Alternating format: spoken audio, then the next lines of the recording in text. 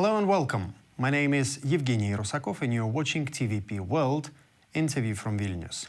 Corruption has always been one of the key issues for many countries all around the world. According to the 2024 Corruption Perceptions Index, it is still the case, unfortunately. To discuss the 2024 Corruption Perceptions Index, how good different countries are dealing with corruption, and some other topics, we are joined today by the CEO at Transparency International Lithuania, Ingrida Kalinauskienė. Ingrida, thank you for joining us today. Good topic. Thank you for the invitation. Let's start from the basics. Corruption Perceptions Index. What is it about? Briefly. Basically, Corruption Perception Index is one of the well-known indicators to measure the levels of corruption across different countries worldwide. And the score varies from 0 to 100. The higher the score, the better. And 180 countries are ranked based on the index. Basically, it takes different questions from different surveys and different researches. And it's, as we call it, it's an index of different indexes. And basically, it shows the view of investors to which countries to invest it's safer in comparison to the others, how likely is the environment to change in comparison to other countries. So it helps the countries to see themselves among the other countries and to understand this macro level perspective. So it's only, I would suggest to look at it as an indication and then to look at other researches done on the national level to better understand where to improve. This is like an overview of different countries. I see. Okay. So then you mentioned that there's a score from 0 to 100. So how is this count made? What's done in specific for this to sum up this score? So, for example, for Lithuania, we have 9 different sources which take into account the opinion of experts and business representatives on how they perceive the situation in the country. And in Lithuania, we have 63 scores out of 100, and we rank 32nd out of 180 countries. Is that a good result? I would say the good news is that we remain in the same position in the 60s scores, and we're in the top. We are among the top 1/5 of the most transparent countries in the world. So on the one hand, I would say it's a good result, especially keeping in mind that only 1/3 of all the countries in the EU either remained in the same position or increased their score during the last evaluation period. So the fact that we remained in this position is a good result. At the same time, we have to question what's our goal in the country. So that's where not so good news come. Because we have quite ambitious goals, and our goal is to reach over 70 points, which is 7 points more than now, and to appear among the top 20 most transparent countries in the world. Now you tell me, how real is this? It is, for the next year, it's not that realistic, but if we were to look at our goal for 2033, where we want to have 74 points, similar results to what now Germany, Uruguay, and Estonia have, it could be achieved only if we put necessary steps in practice. With the current mechanisms in place, it's not that realistic. And that's where we usually come in and say, if we really have this ambition to jump from the 60s to the 70s, from the 60-point group to the 70-point group, then we really have to think about our approaches and how to change them, because with the current ones, it's not that realistic. Are you talking about law implementations, or what's the main issue here? That's actually a very good question, because in the country, we already, I would say, have all the necessary laws in place. Sometimes we say that Lithuania is some sort of the anti-corruption theme park, where we do have good laws in place. We have one of the more progressive law on lobbying, good law on whistleblowers protection, if we were to look at the EU context. And we have the national anti-corruption strategy and its implementation plan. But the main question, I would say, is how to make them work in practice, how to change the actual behavior on the sectoral and institutional level, how to strengthen the supervision of anti-corruption progress. And that's where I would say that we need a different toolbox for this to happen. And it's a good opportunity. Like what? Yeah, it's a good opportunity because we do have the new government who is starting the new term. So I would say that it's a good moment to take on the leadership and to prioritize anti-corruption, especially knowing our geopolitical situation and the fact that the only way forward is to strengthen the rule of law, to strengthen anti-corruption efforts, and to show this leadership that this topic is important, because I would say that in Lithuania we do understand that, and we have it publicly stated, that corruption is a threat to our national security. So we do understand that anti-corruption is a form of resilience. We do understand that when you invest in anti-corruption, an institution, an organization becomes more resilient against third-party interference.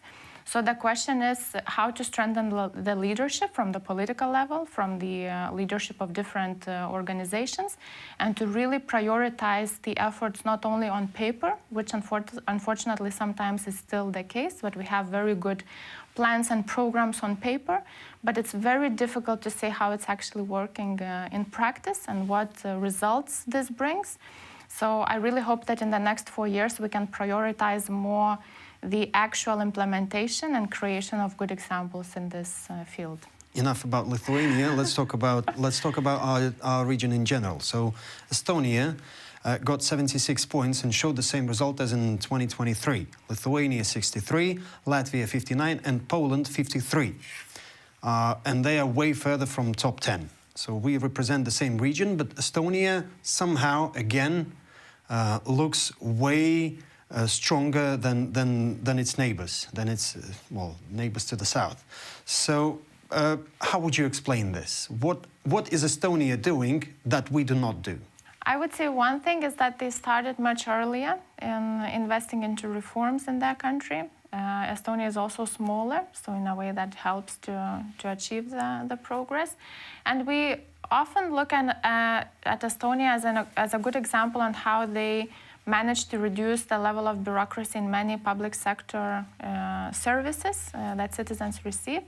And I would say that's one of the directions to go in Lithuania as well, because the Corruption Perception Index basically shows the public sector corruption. It's at this dimension.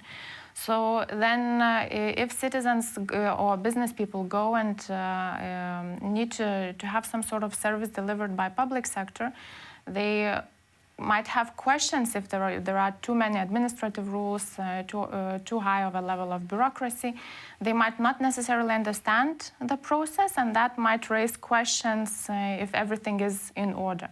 So I would say that one of the directions that we could also take is invest in understanding how to make the processes much more efficient and much more understandable to the end users of public services.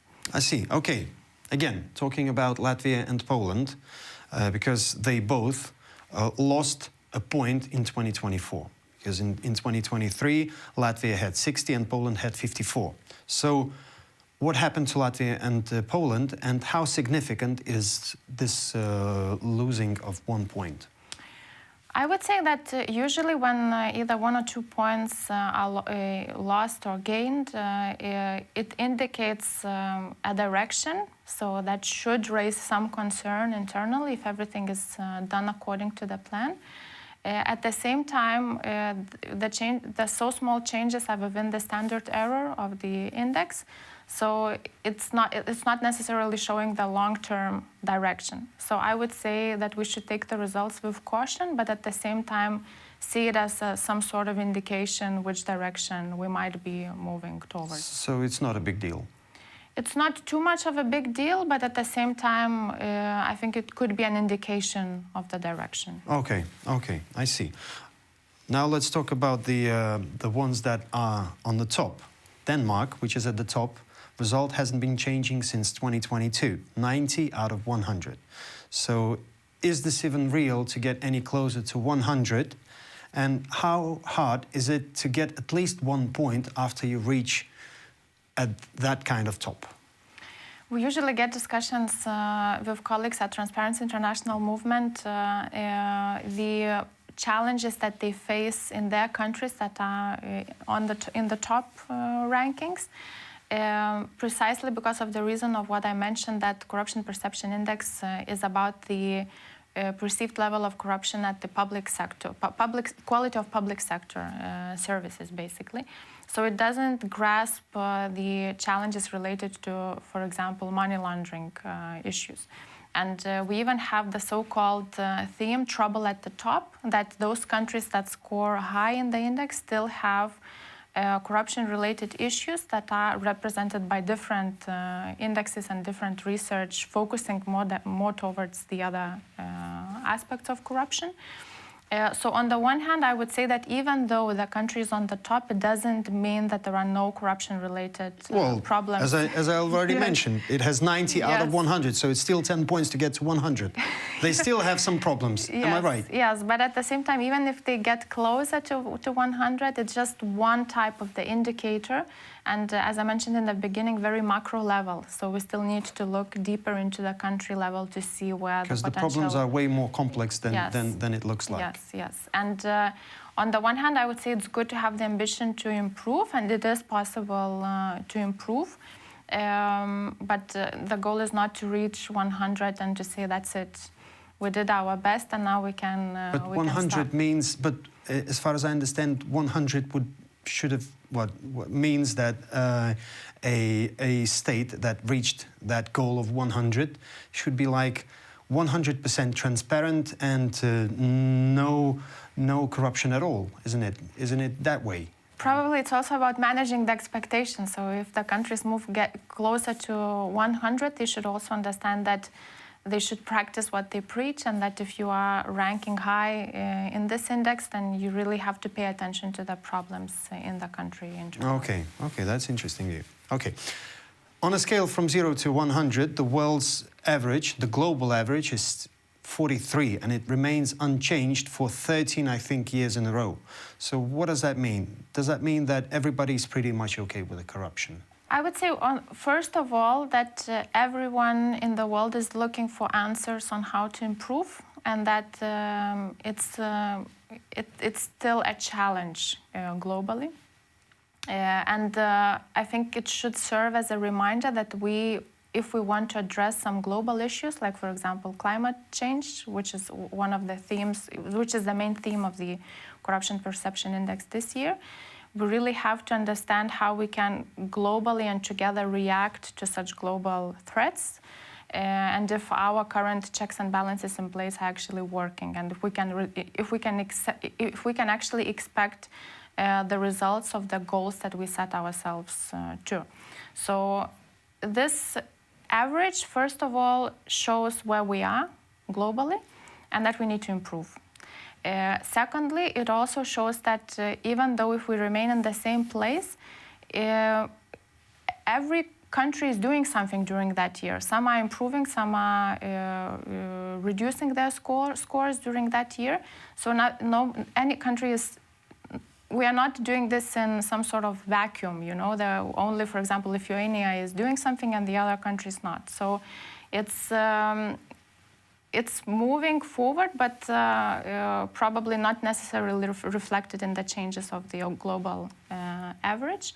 So I would say that it's more important to take a look at this as an indication of where the problems might be, but then to look at other indexes more on the national or regional level to really understand where to put the focus and where to improve. So let's hope that in 2025 we will see some better results, both for Lithuania, for our region, and for the whole world in general. Thank you. Thank you. Thank you so much for joining us today, and really hope to see you once again. Thank you. And I would like to remind our viewers that our guest for today was the CEO at Transparency International Lithuania, Ingrida Kalinauskienė. You're watching TVP World. Stay with us.